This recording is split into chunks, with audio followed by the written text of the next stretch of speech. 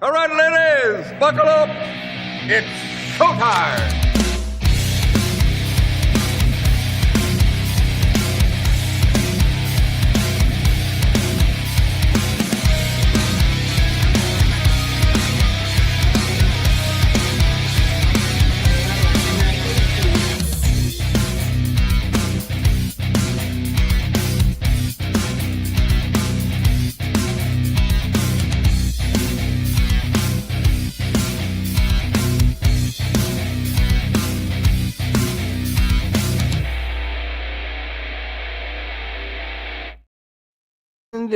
Good afternoon, good morning, and good evening. Live Copperhead Road podcast on Rumble, always live on Rumble. Rexy, I'm Footer, by the way. It's my boy Rexy, and I'm rushing through this because I did not hear any of the audio. I heard no intro audio. Oh, really? You know, yeah. And the picture in the middle was not there. It was just the little one on the left. So I came in strictly off of the visual. So let's see how goddamn good I did. Oh, sorry. Damn, I don't want to see. Oh, I'm so annoyed when I use the Lord's name in vain. Well, I'm trying. it's a process. You gotta, just like you walked into sin, you have to walk in out kind of slowly. So I don't think anybody's gonna blame me on that. Our board did update, so maybe it's not maybe it reset some of the settings that we have. Let's do a sound drop and see if Footer can hear that. You look like a potato. Yeah, I do. That's adorable. Yeah, I heard it perfectly. But here's the thing: I'm not worried about me at the moment. I was just worried about what went out on the feed if everybody else had the same thing. So I would have no problem running it right back. And if you wanted to, again, it is just the intro. It's probably not all that important. But let's do something else. Let's go to media assets. And let's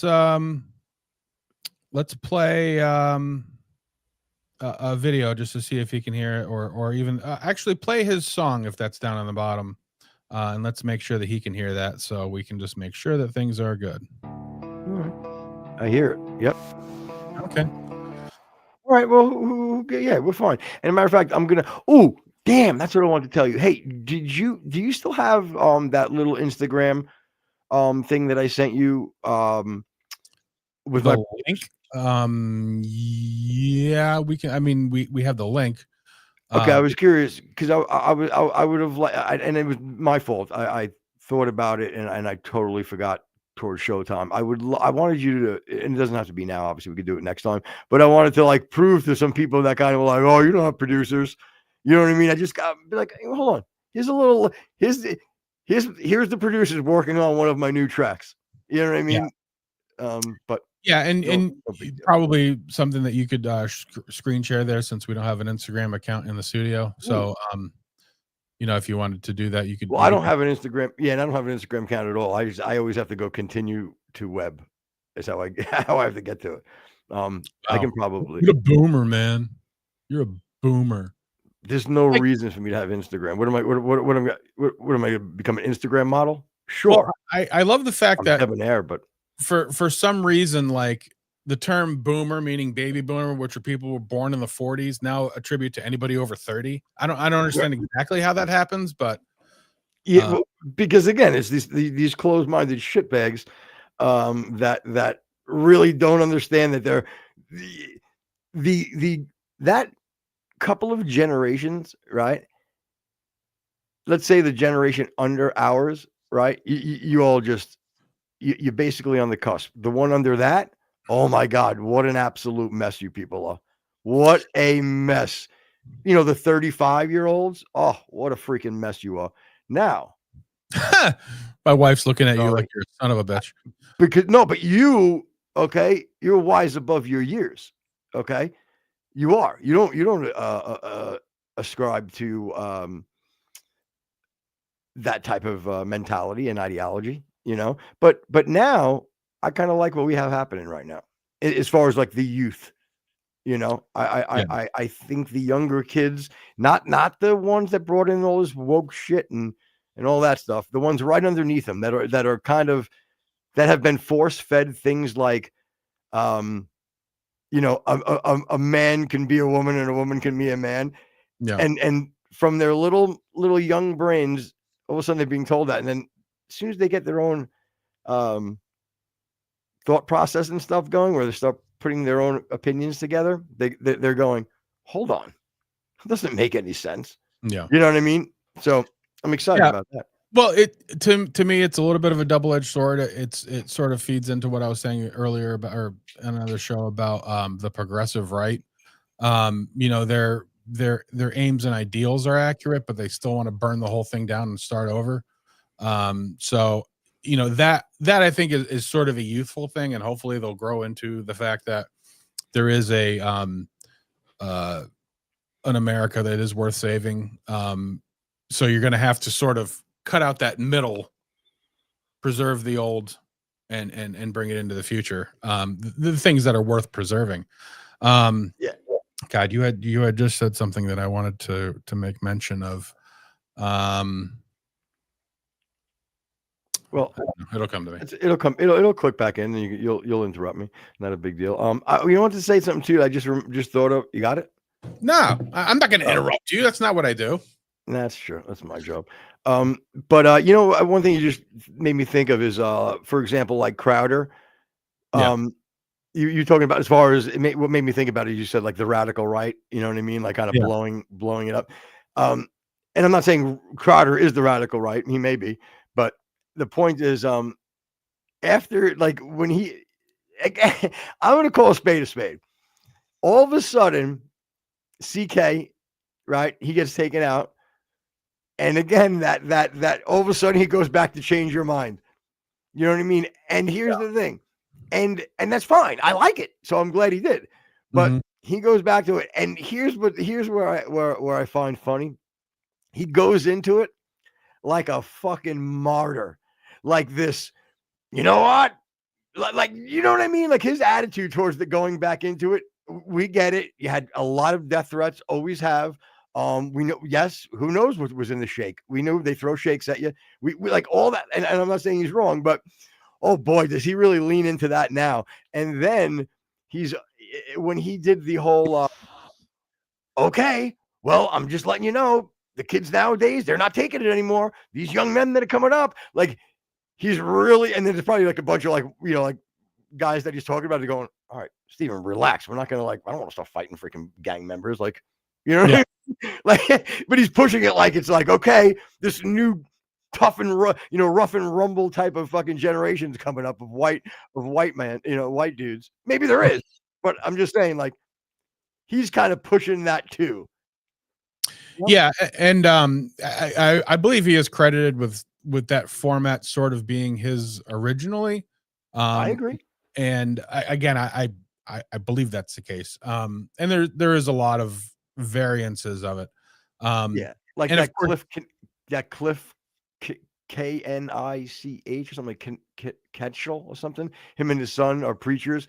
I know, like, there's clips of him going around from like the early to mid 90s and 2000s, and he would go on campuses and just preach the word of God, and then they would videotape him doing it in the square. So like that type of stuff has been done. I know, Yeah. And I almost think that in order for it to be as palatable as it always has been, I think his new, and again, not that I don't understand it, I do, but his new sort of format is a little bit too sterile for me to really grasp onto. Again, now he's behind glass walls and he's got SUVs behind him, and he's not, everybody that's sort of in the crowd that's allowed in, have already been like thoroughly vetted, and so there's an element of danger that's missing. Again, I totally understand why, but like you said, he goes into it of I started this and I've had death threats, and I didn't know if the milkshake was vanilla, chocolate, or cement, and or acid, whatever. It just doesn't punch as well as it used to. but obviously he saw an opportunity to pick up the reins where Charlie left, and was pushing forward with it. But I And don't. again, am I saying it's a cash grab? I'm I'm a little bit, but not. But if it's not, I can accept that it's not too, because I understand. He's done it. I'm and okay either way. Boom. I'm with you Yeah. on that one. Mm. Yep, I'm with you on that one for sure. But anyway, yeah, a lot going on. Yeah. I was telling you too before we get into any of the meat and potatoes. A couple of things. One, I do want to get out. I had told you that I watch a bunch of apologetics and stuff, Christian apologetics, and just that whole little niche of like street preaching and type of shit. Yeah. And I really like it because I like the debates. I just love theology. You know what I mean? And then, like as I mentioned before, like Christianity just fucking has been overwhelming me as far as like historically, and it's just been awesome. So I've really been watching a lot of. No, I was going to say it is sort of like the original form of civilized debate. That and philosophy and it is nice to at least see a culture of intellectual ethereal discussions that don't devolve into garbage. It is nice to see a higher form of discussion for sure.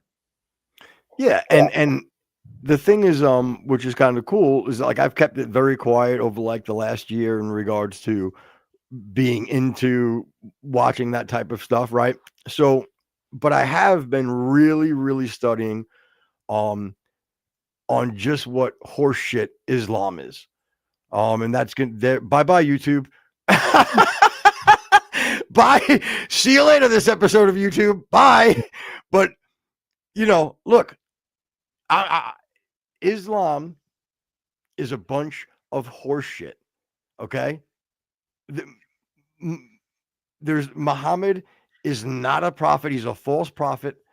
And I welcome, and my point to all this is that I'm at a point now where I can debate anybody on Islam and I can prove it's false. I can prove in your Quran it's inconsistent, it's contradictory, and I'll go back to scripture and I can defend, or excuse me, I put you basically the Islamic dilemma is real.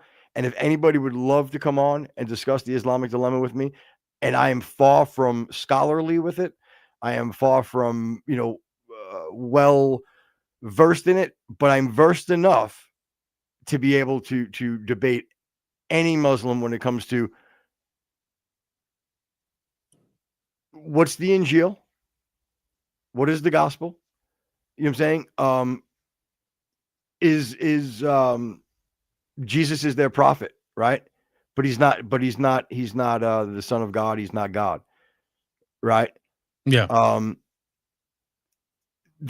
Again, there's a million. So any Muslim that ever wanted to come and debate with me, I'd have no problem. Don't do it in chat because I'm not going to go back and forth with you. But if you do come on, I promise I'll be respectful and I will give you, if you're willing to have a discussion and not veer, because Muslims there's something they do, bro. It's called the Muslim shuffle. Okay. And they will try to veer you off into 9 other things without asking the question, and it's crazy. It's freaking crazy. So I'm well versed there. Where I'm not well versed is if I had to debate Hebrew Israelites, right? Are you familiar with them? I am sort of tangentially, but certainly I know you've had some discussions with some recently, which has probably been my deepest dive into it. Okay. And are you okay right now? Should we not? Do you want me not to talk about this stuff? Are you like uninterested at all or something? Oh no, lay it on me, brother. Are you sure? Okay. Mm-hmm. I just, because if you're not engaged, I don't want to bore you and everybody else with it. But anyway, so you can cut me off at any time. But the thing that got me with the Hebrew Israelites is that I don't know enough about them, but I can tell you this: growing up in New York, you don't walk through a Manhattan street without being called the White Devil and being screamed at from a podium, whether it be a bucket or somebody going, you know, read, you know, Jeremiah, blah blah blah, and the guy goes, whatever, Right. Rex Ransom, and then he goes Rex Ransom, and they just scream at you and tell you, God, they tell you you're White Devil. Jeremiah the Bullfrog? Yes, yes, it's a big picture, and another thing, they wear their colors are purple and gold. I mean, they look the truth. You know what we call them? We call them Power Rangers. Hmm. That's what we call them. The Hebrew Israelites are a bunch of Power Rangers. And here's the thing, Like man. Black Is Power like, Rangers. wait, what? I said Black Power Rangers. Yeah, no, I'm telling you, they're so colorful. Yeah. And so one of their high-ranking members, okay, is Captain Tizark. Okay, I'm probably pronouncing it wrong, but Yeah. I just call him Cap. So I've seen him get cooked by Cooley, by God Logic, by Inspiring Philosopher. Like all of these guys have just cooked him. These are all Christian apologists that just cooks them, right? Yeah. Obviously, he spins it where he doesn't get cooked, but I've seen him a million times get cooked. I do enjoy him in regards to he's very interesting and he's very charismatic, right? Yeah. But he's such a fucking phony, bro, and he's so disingenuous. It's not even funny. So I see him on YouTube Lives on YouTube Live Sunday morning, right? And he's sitting in his car and he's taking calls, and I'm listening to him spew his horseshit, right? So I tried to, in my head, I was getting angry, Mhm. and because I was getting angry, I said, you know what? I need to calm myself down, and I need to really, really embrace being humble and going. If I do call into his show, I want to be graceful because it's his show. I already know it's such hostile territory for anybody but a Hebrew Israelite to go in. I'm white. I know they're going to ask me, and I'm going to tell them the truth. I'm Christian. Okay. And that's there's nothing lower to them than me, the white man. Okay. They are blatant racists. Anybody, I implore you to go look up the Hebrew Israelites and go look at their doctrine and what they believe in. And don't just go off the 12 tribes and interpret it in a shiny, sunny way that you want to, because they don't do that. So I see him live, Rex. I call up his show. He picks right up. One of the first things he says to me is obviously my name, where I'm calling from, and then he says, and what are you? Like, what's your ethnicity? Ethnicity. Ethnicity. That's tough for me. Oof. That's like compartmental. Oh boy. What's your But anyway, what's your ethnics? Let's just go with that. yeah.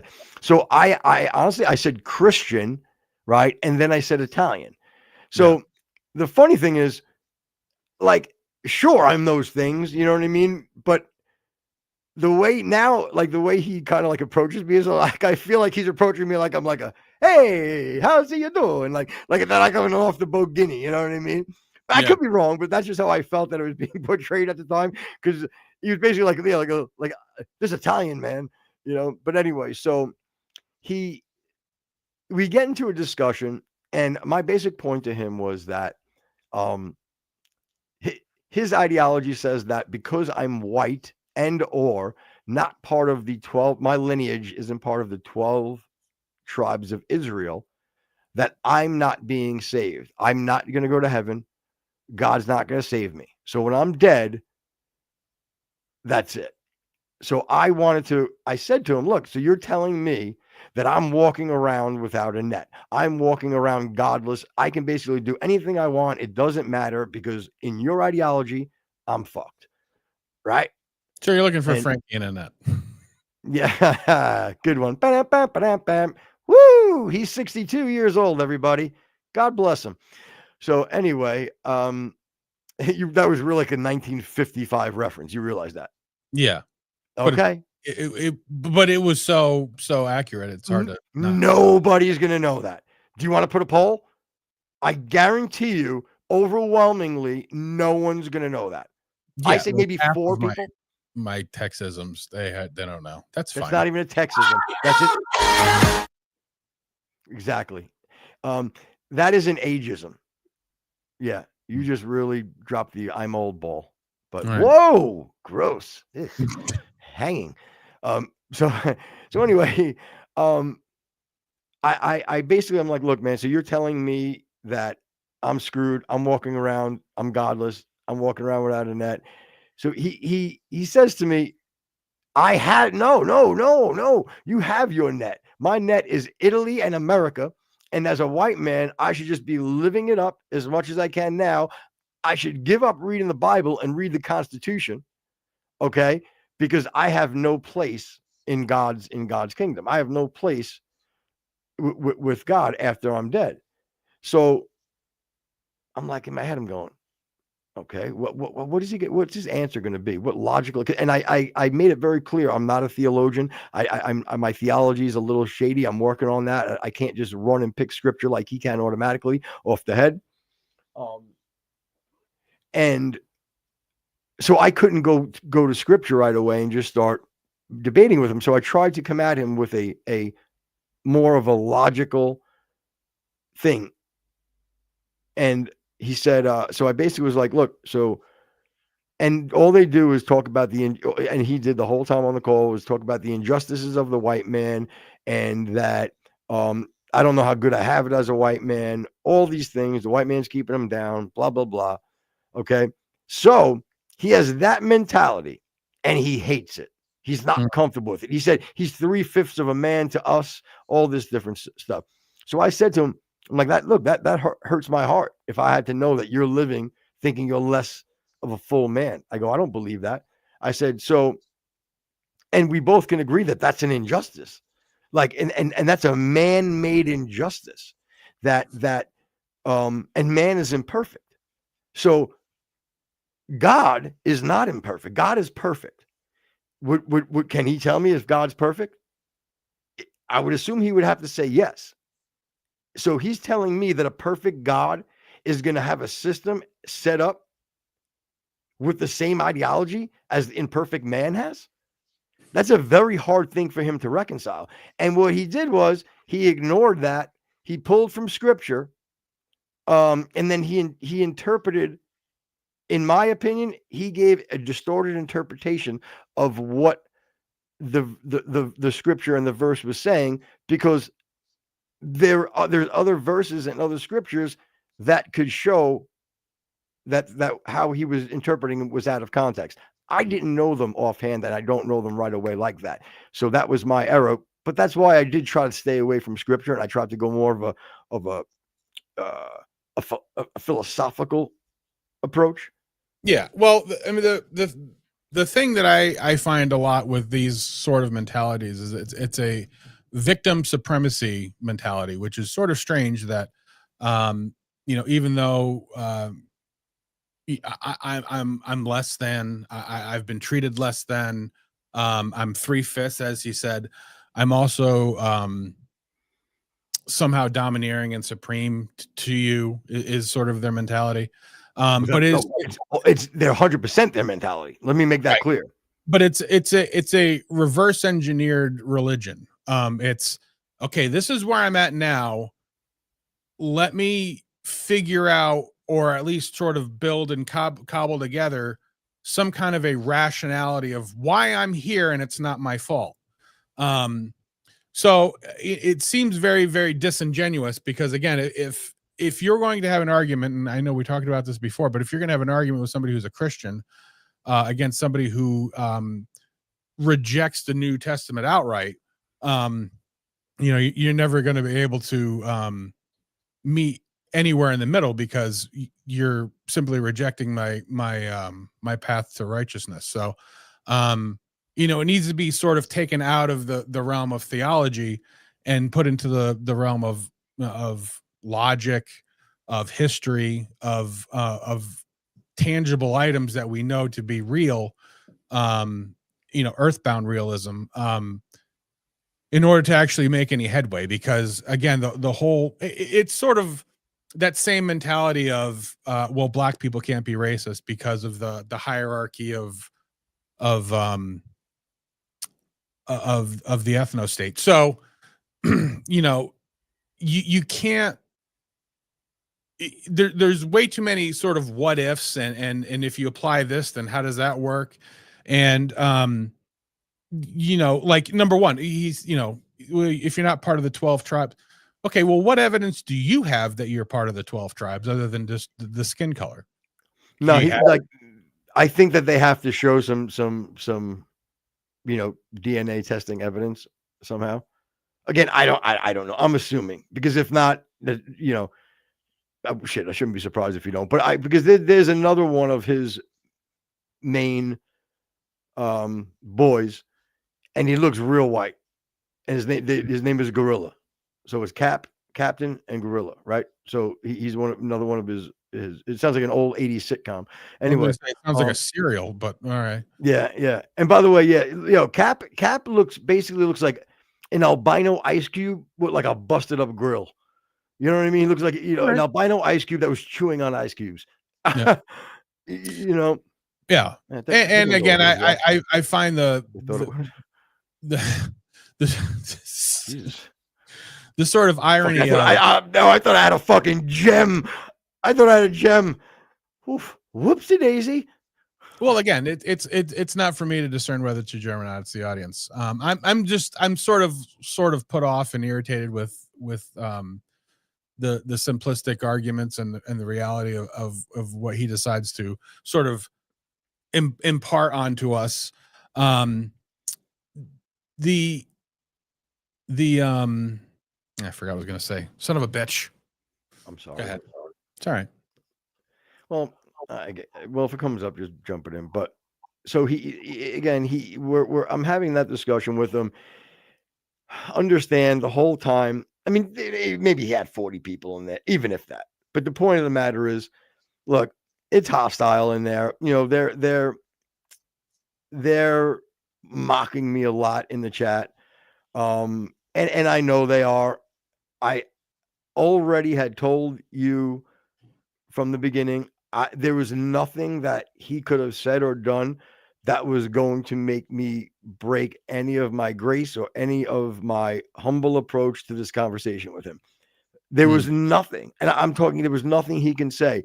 I was going to speak in a tone that was humbling.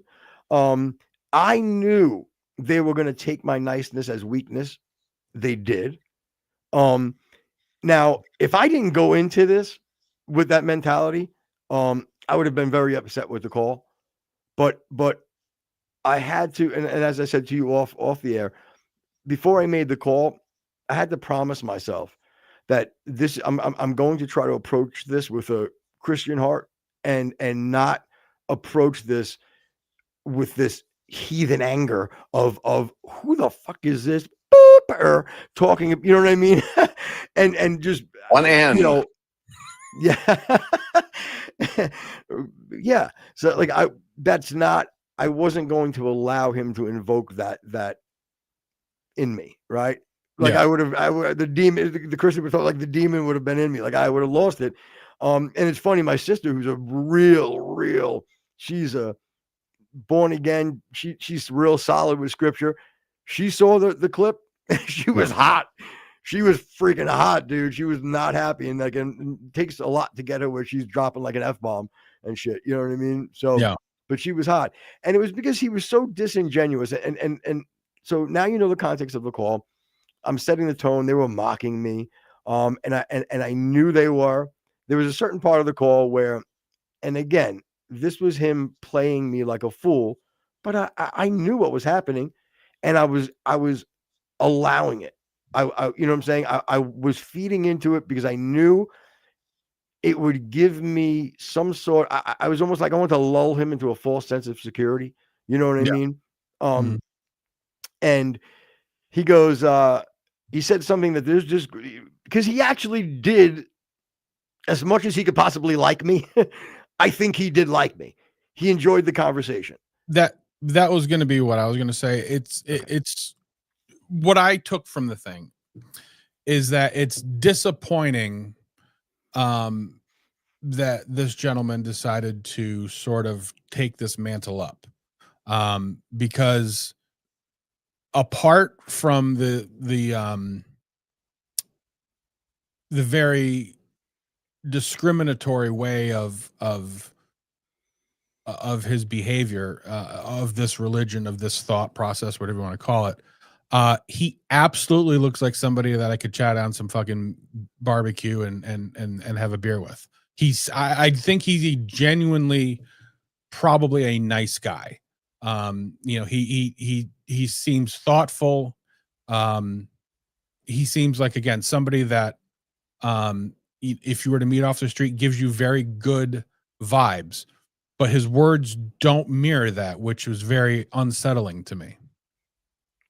Yeah, and he had mentioned, I think I'm 99.999% time. One time he was telling a story on about somebody had found his content online, one of his bosses or something, and he got brought into the office. He figured he was going to be screwed, and he ended up, the boss was like, yeah, we found your stuff online. Like, why aren't you like that? You know what I'm saying? You're not like that here.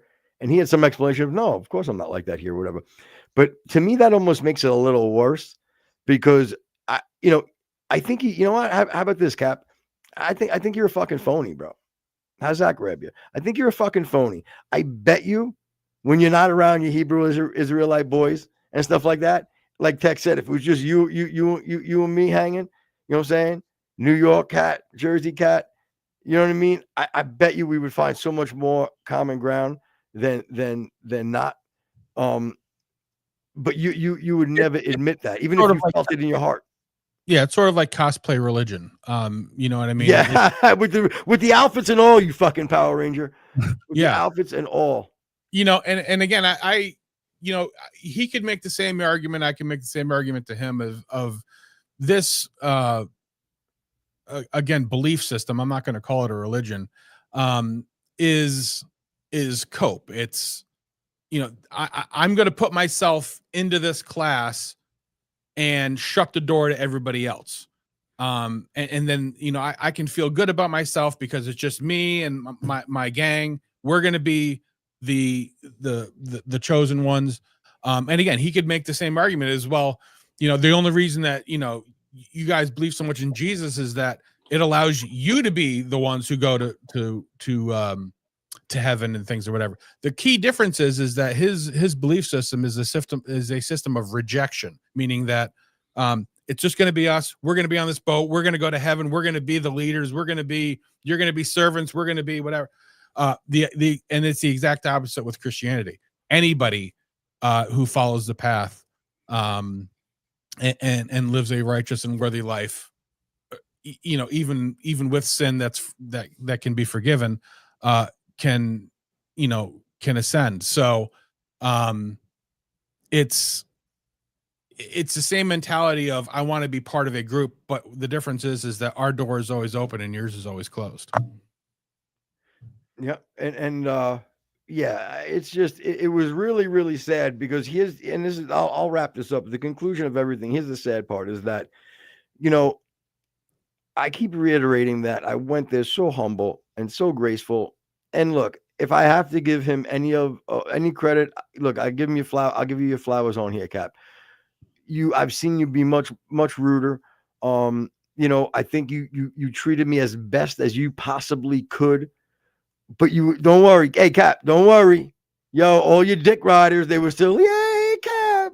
Yay. You got him. Cap is a troll. Oh, like, and your goofy ass laugh, brother. Like I said, I came at you so gracious and so humble. Like, and God, look, I wanted to. Okay. So anyway, and at the end, okay, I think I think he did the best he could. Right. And it was as genuine as he possibly could be without, messing up his I hate whitey cred. Okay.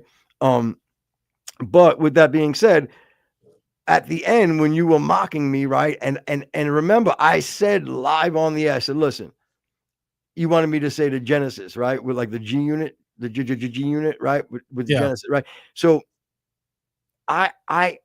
we discussed it in front. You didn't trick me. You didn't. Yo, what do you think? Like you were mocking? Like I didn't know you were mocking me. You said I'm gonna clip it. Hey, do it for me again. Do it for me again. And the funny thing is, hey Rexy, you know what he did? What did he do on video? He begged me. He said, please do it again. No, please. He begged and pleaded for me to do it again. And that, remember those two words, beg and plead, right? Because that's going to come in because I'm about to land this right now. So I did it again for him to get his clip. Okay. Yeah. And I granted him that clip, right? So we're good, right? We leave off laughing, which is great. Leaves off laughing, right? Yeah. Gives me a little bit of credit as being a good call. And then obviously, and I know, and I'm not gonna lie, I did a little trolling when it comes to, like, I was calling him brother purposely. You know what I mean? Like I know I've watched his debates, I've watched it. The last thing he wants to hear me is call him his brother. You know what I mean? So Yeah. I kept dropping that in there, and he kept making it very clear, I ain't your brother. Yeah, we get it, Cap. We get it. Yeah. So do you have the layover of the YouTube comments back and forth? Because what he did, Yeah, they're called overlays, but that's fine. okay. Not layovers. Okay. We're not on a plane. Because what he wrote, okay, he wrote that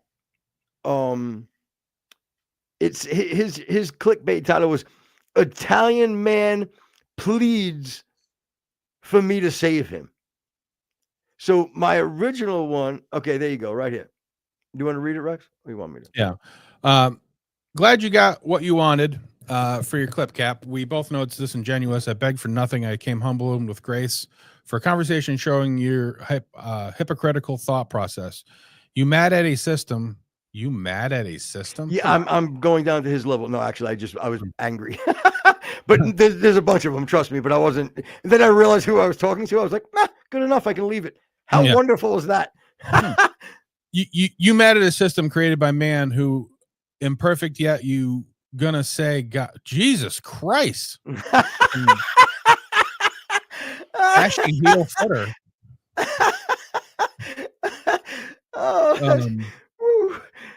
God, I'm gonna have to fucking check my wallet after I read this. You're gonna say God, who is perfect, is gonna do the same thing in heaven. Gonna feel real humbled when you run into me in Kingdom of God.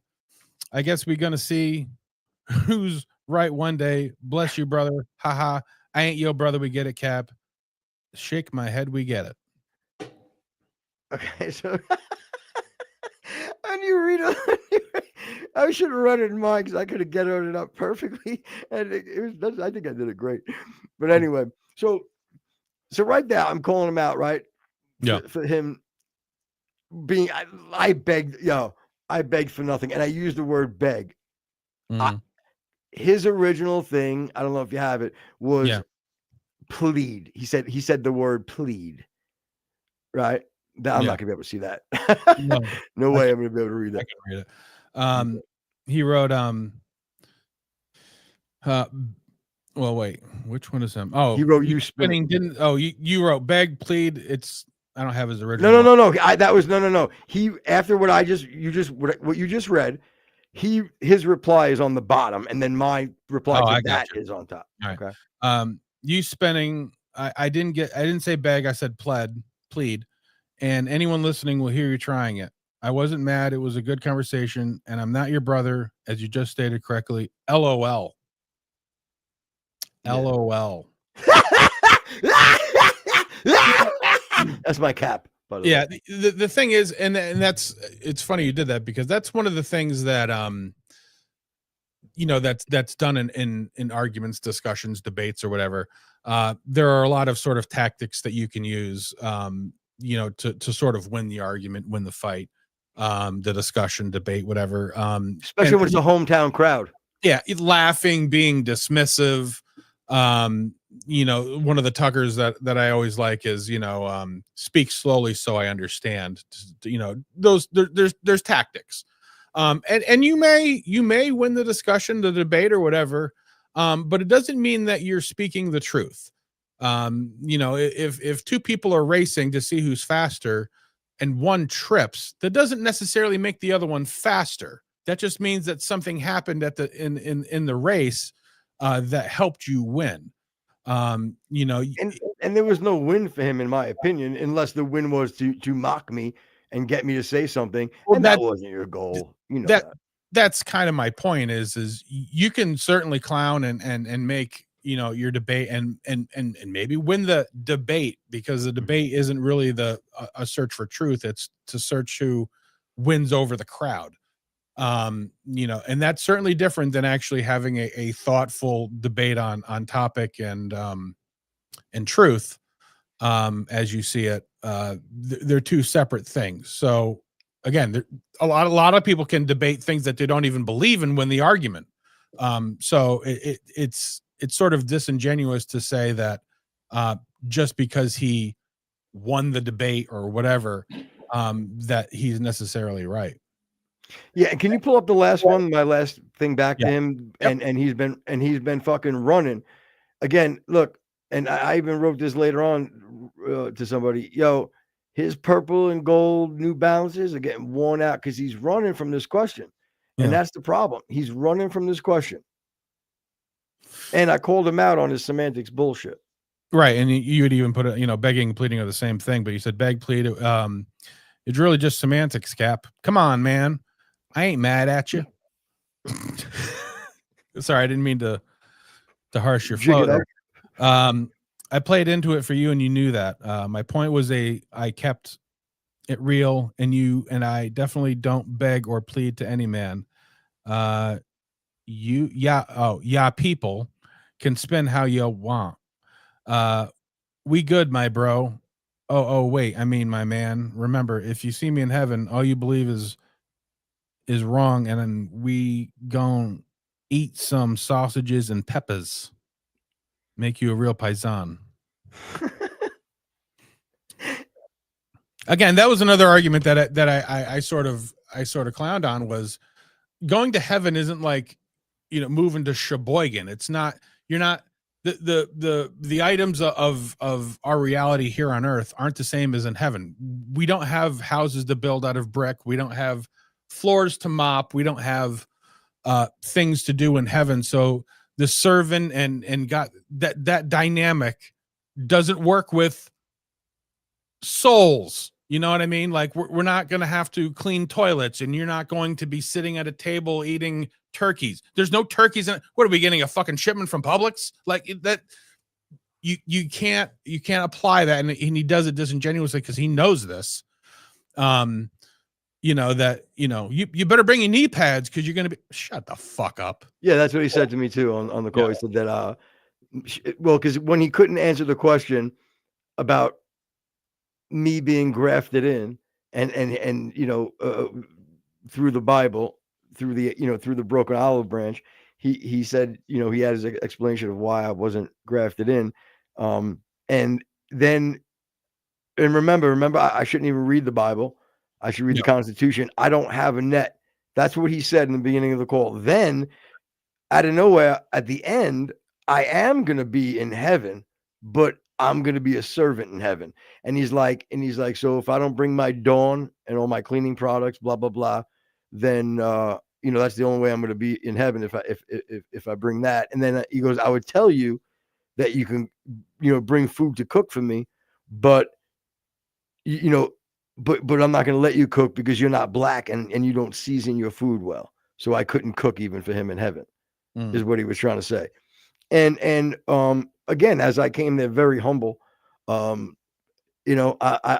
let any of my street mentality or non-Christian mentality, not show itself, because it's very difficult to have somebody speak as a man to another man. You know what I mean? That way. But again, when you do find Christ, you are able to humble yourself. You know what I mean? And I stayed true to that the entire call, and I'm really, really happy that I did. You know what I mean? I didn't allow myself to let my emotions get the best of me. Yeah, and not to get all racial here, If you're using quality ingredients, seasoning isn't all that important. If you're eating fucking neck bones and chitlin, then yeah, you need to season the shit out of that, because otherwise you're gonna be fucking eating some fucking trash. Great fucking point, bro.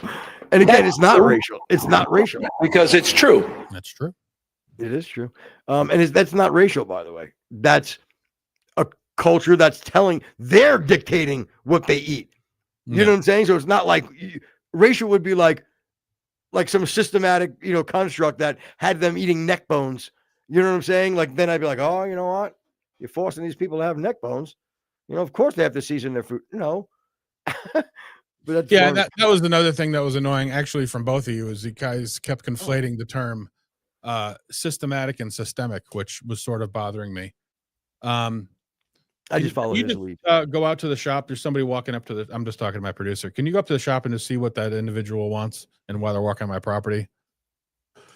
So anyway, moving on to something else. We have sort of laid off Candace for a while. Not because there hasn't been anything there, but we've had a lot of other things on our plate. We had originally brought up a couple of episodes ago the idea that, and I think originally we were sort of doing a little tongue in cheek on it, that maybe she's in her own little conspiracy on the other side of the aisle. And again, I don't think when we had first sort of broached the subject, we were speaking in truth, or at least in a reality. But I got to say, like, the farther and farther she pushes this, the more and more it seems to become a reality. Yeah, man. And that was the big thing, is that we did start it almost to show you how you can take anything and start putting the dots together to form an agenda. Yeah. That was the only reason why we were doing it. Right. And then, as silly as it became, or as silly as it started, because the difference though between our conspiracy, our hypothetical conspiracy, I didn't go far enough outside the box to connect dots like they do. Right. I went almost too close, and now it's almost starting to come together as more of a reality. The more Candace digs herself deeper into this self-serving ideology, and that's what it is, everybody. I don't see, it doesn't do anybody any good. It doesn't. She's not going to solve Charlie's murder, and if Charlie's murder isn't the normal narrative, and that's fine, and any of these things that she's saying, okay, comes to fruition, then guess what? It wasn't because of Candace. Like, you know my point? Like, it would have come out. Right. Yeah, I mean, because there's again, well, the thing is that, we all, and Candace included, can only work with the evidence that's in front of us right now. I think it's naive to think that there isn't a lot more evidence in the hands of the prosecutors that we don't know about. And the one main problem that I have with Candace's conspiracy is she completely rejects Tyler and Lance and who we have said Sky Valadez, completely rejects their involvement in it at all. Now, I've said that if she wanted to make an argument, and she could even use the Thomas Crooks sort of contingent on it, that some entity used a honeypot scheme and lured Tyler, as some people are saying, lured Thomas Crooks into committing the crime. You could argue that with me. You could be like, I agree. Israel found these confused people that were probably jacked up on medications. They're very impressionable. They already have a hate for all of the elements are there. You could make that argument, and I would be more inclined to believe it. I can But the fact that 100% agree with that too, bro. right, the Meaning fact like that she that I rejected can deal with that. I can deal with that scenario. right, it would make more sense than the scenario that she's playing out. And I think a little later we're going to play a very short but very fast video of Candace's conspiracy laid out. And we'll it's break it down a little too. yeah. I had decided to come together and sort of try to loop in everything that she's brought together. And I tried to make a 3-minute video so it could be, put onto YouTube Shorts and other things. But in order to do that, the video in normal speed was 5 minutes and 31 seconds. So I had to speed up the whole thing by almost half just to get it in 3 minutes to encapsulate all of the players that she's alluded into this conspiracy. So we'll play that later and tell me if it makes sense to you. Yeah, and I bet it will, and I think a lot of people will get it. And I think that the thing is, what's great about that short is it really gives you a great picture on just how much she is muddying the waters. Yeah. She can be sitting in this nice little conspiracy pool that has a lot of credibility, and she can be on a lounge chair sitting there and going, you know what, look at this. There's a lot going on here that we need to look at. Yeah. But she needs to just continue to dump fucking soil in and just keep fucking nonstop adding things to muddy the waters when she's doing herself a disservice. She's doing the person that she's saying she's doing this all for. She's doing the biggest disservice. She's alienating all his friends, his family. Let's say, for instance, there were some people close to Charlie that do believe some of the things that she's saying. Now they need to look at people that they've loved and worked with for years, and they have to look over at them and go, "Oh my God, I've had Thanksgiving dinner with these people. They're somehow complicit with Charlie's murder." Like, Yeah.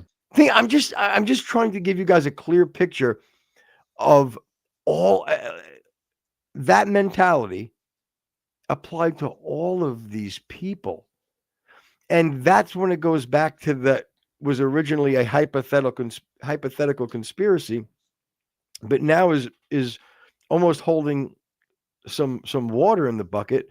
And that's with, as we watch what she's doing, she's slowly starting to pick off every single either person and or department that had some sort of influence or involvement in Charlie's everyday business. That was a part of his everyday business equaling fame, clout, money. Yeah. All of those things. So the nucleus of all these people, the business, she's systematically picking off each and every one of these things. And to me, there seems like there's an agenda. Now let's go back to, and we're going to do a show on this, Rex. I think maybe not next one, maybe the one after that. It's going to maybe take a day or two for us to put together something. Not as in detail as what you did. But if you remember back, guys, and I wish I looked back to see the episode, but I was very clear that we played this clip of Candace being, and this was early on, right after CK's death. They played a clip of we played a clip of Candace being asked why, or telling us that she was being asked why she wasn't going or why she didn't go to Charlie's memorial. And she had said her answer was basically, I was being asked so much from different press if I was going to be there or not. I just didn't go. I just didn't decide to go. Like that was her answer in a nutshell. Yeah. Is that right? Am I accurate there, Rex? Yeah. And she's again, I don't know if she had said it originally, but I know even now she's kind of saying that I don't know if it was Blake Neff or Tyler Boyer or somebody from TPUSA had intimated to her that her and Tucker were on some kind of a hit list and needed to look out. I don't know if she had brought that scenario, because I think she did. I think she was a little bit. You might be right as far as what I didn't know she went into that much detail, but I will also say, yes, she was alluding to something to do with her safety. Yeah. And I don't remember. Yeah, I don't remember, but it was that, and it was because, and she. Oh, okay, I remember.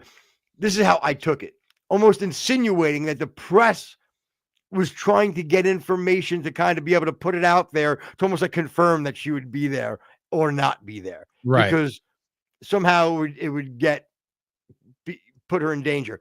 And guess what? I'm okay if that's the case. You know, okay, you did it. I mean, you didn't go. Do I agree with you? No, but you know what? Okay, that's the choice you made. And if it ended there, I'd be fine. I'd go, okay, well, that was it. But then what's happening? So first of all, she's not there. Is it possible she wasn't asked quick enough or contacted quick enough to come down or be a part of what's going on? And then I don't think that she wasn't asked to be like this main person at the memorial, right? And I think because Candace loves Charlie so much, and I've said from day one, I truly believe that. I believe how close they were. I believe how much she loves him. But I think she was very insulted that they weren't giving her the flowers of just how close they were, and that she should be this shining light that's going to come in and almost save the day as far as the movement. Right. And that she wasn't TP's after Charlie died. She didn't go right into the spot of being on TP USA and running the show. Why is that? Why not? Why not? They had somebody before she started going crazy, meaning saying a lot of shit. They had a few episodes of their podcast, right? And she wasn't she wasn't on. They weren't reaching out to her. Yeah, they went through all the guys at the Daily Wire, Glenn Beck, Tucker Carlson, the swimmer lady from Penn State. Yeah, yep. Whatever I know she was on. So Kylie. Yeah, Riley Gaines. Yeah, Riley Gaines. Yes. Yeah, they went through a roster of people that went and did it. So, and I'm also a little dubious of the safety claim. That she was fearful of her life to go and do this, because number one, if you're talking about the heavy hitters who you seem to think had something to do with Charlie Kirk's murder, they don't need a big venue to take you out. And if you were indeed scared for your life because of your position, I think you probably wouldn't be doing the shows that you're doing right now. And that's a great point. And I don't think you could be in a safer place at that time. You know what I'm saying? Like, you're going to talk about heightened security at that place. That's probably the safest place anybody could have been in the moment of their lives. Right. Is at that memorial. They're not going to let something, anyway. So, you have those things. And then you're going after, and again, I've already broken down the emotional end of this. Just the absolutely, how it must be breaking the hearts of so many people close to Charlie that really cared about Candace as well. Like we said about Officer Tatum, he's shocked. He can't believe, like he's so hurt that this is all going on of her behavior. Yeah. And again, you'd have to push the narrative like, wow, Candace is the only one that really loved Charlie. She's the only one out of every single person that loved Charlie.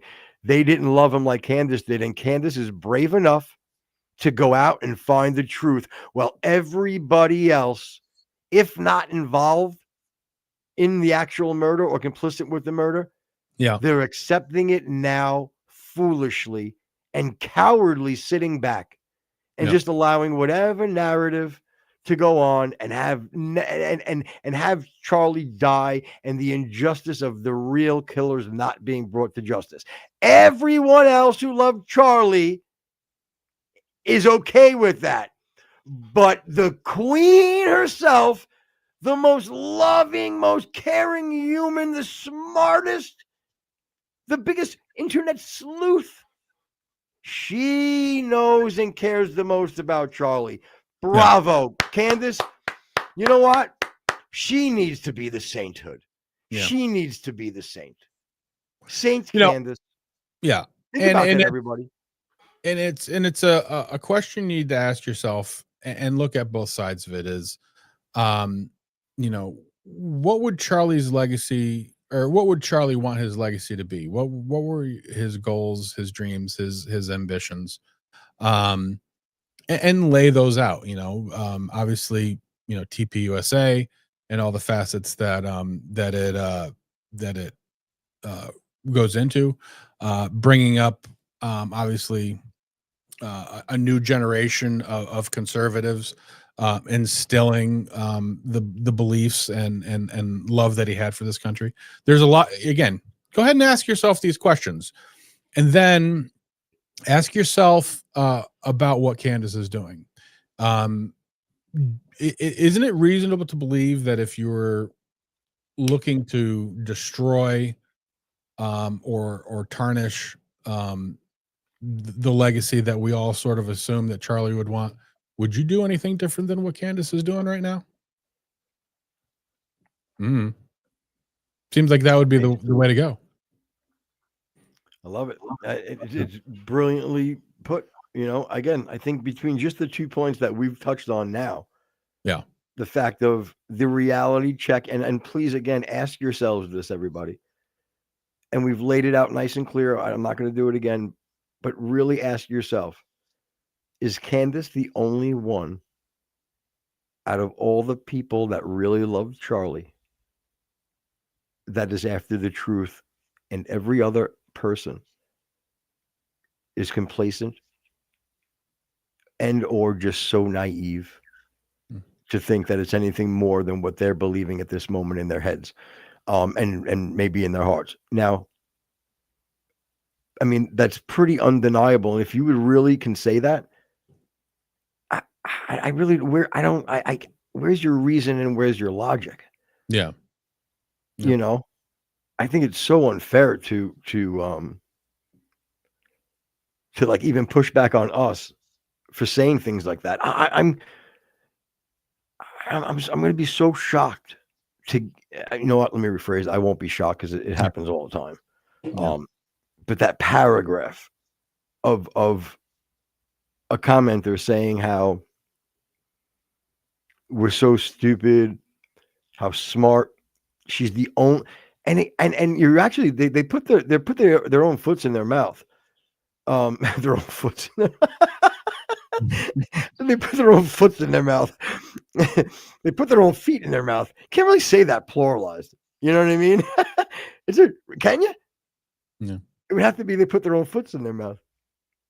Are we having a show today, or what's happening? I was just trying to think of the question. Like, would it be foots or? No, it still would be feet. There's the only time foots ever comes into the conversation is if we're talking about you, I think.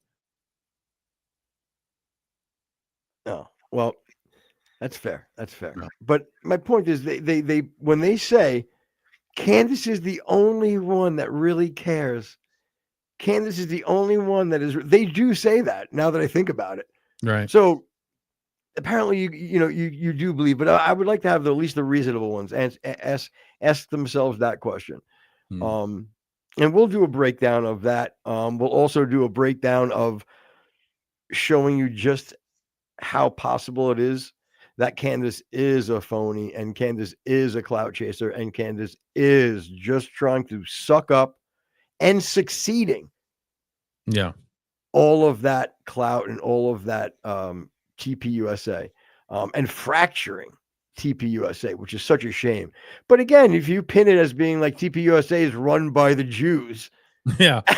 then not any, very simple. And lastly, I know you guys want to go, but it's good for us if we move a little bit. I mean, if we stay a little bit longer, I'm sure you're not mad, right? You're okay with it? No, we just Okay. Yeah, go ahead. Okay. You have a heart out? Not a problem. Not a hard out. We just there's somebody here that needs to talk to me. So Oh shit, I'm sorry. Okay. So anyway, well, I will end with yeah, we're good. We'll talk about it next show. All right, everybody. Thank you very much for hanging. Here we go.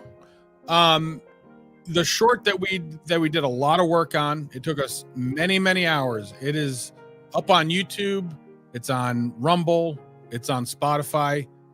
Go to all those platforms if you can. Like and subscribe. Get that short out. It really does lay out Candace's conspiracy theory, as well as anybody else can. But if you could do us a huge favor, and again, we know YouTube is dead. Whatever. It still does get a pull. Go over to our YouTube channel. Definitely subscribe and follow us on Rumble. It is there as well. But other than that, just do some work for us is all we're asking. Oh, and the other thing is, if you're listening on Spotify and you happen to like us, can you give us a halfway decent rating? Give us a couple of stars. Like, really, we're getting flooded with haters. We know there's a bunch of you out there that like us. Give us some stars. Yeah. All I got. Yeah, that's what I say. Like, think about it. You know what I'm saying? 995 people that love us. The 5 that comment just for that one moment. How about the 995? How about 10 of you? Just give it a good rating. We're the best, worst rated podcast in the world. It's great. We really are. All right, everybody. Thanks for listening. Make sure you check out that short. It's very important. Very informative. Lays it all out for you. All right. Good luck, Rex. Thank you.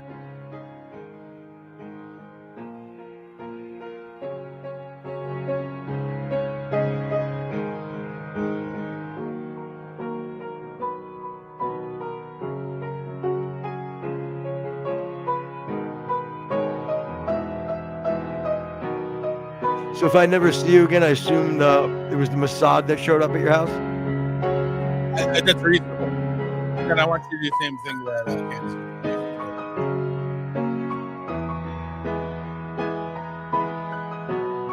Yeah, that would be that I'm complicit.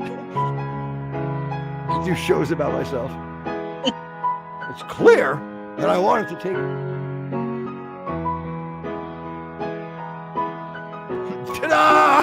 Good night, everybody.